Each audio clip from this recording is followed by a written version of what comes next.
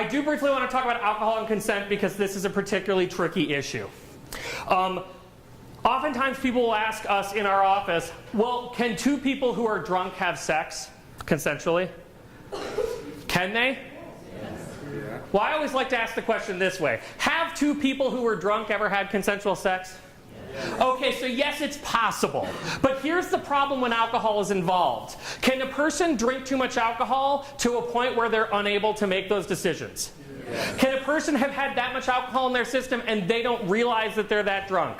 Yeah. Have you ever been stuck at a party with a person who thought they were dropping serious knowledge on you and you couldn't wait to get away from them because they were so drunk? And they had no idea how impaired they were.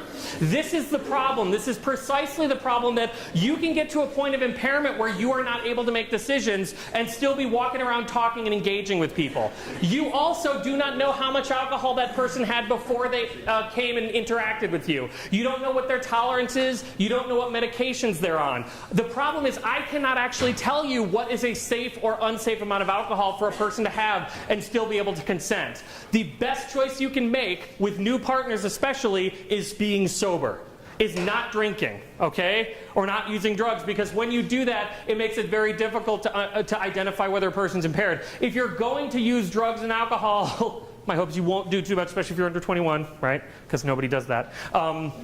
If you're going to be drinking at a party, it's a really good idea to drink less, especially if your plan is to hook up.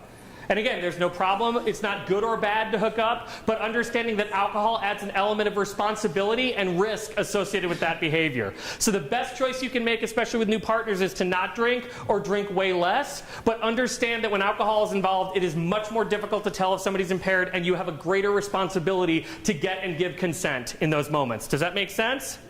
What my hope is with this conversation, with this topic, is that you keep talking about this, because you all need to create a standard and cultural norm and more on campus to say what is appropriate and what is not. But you also need to keep each other safe.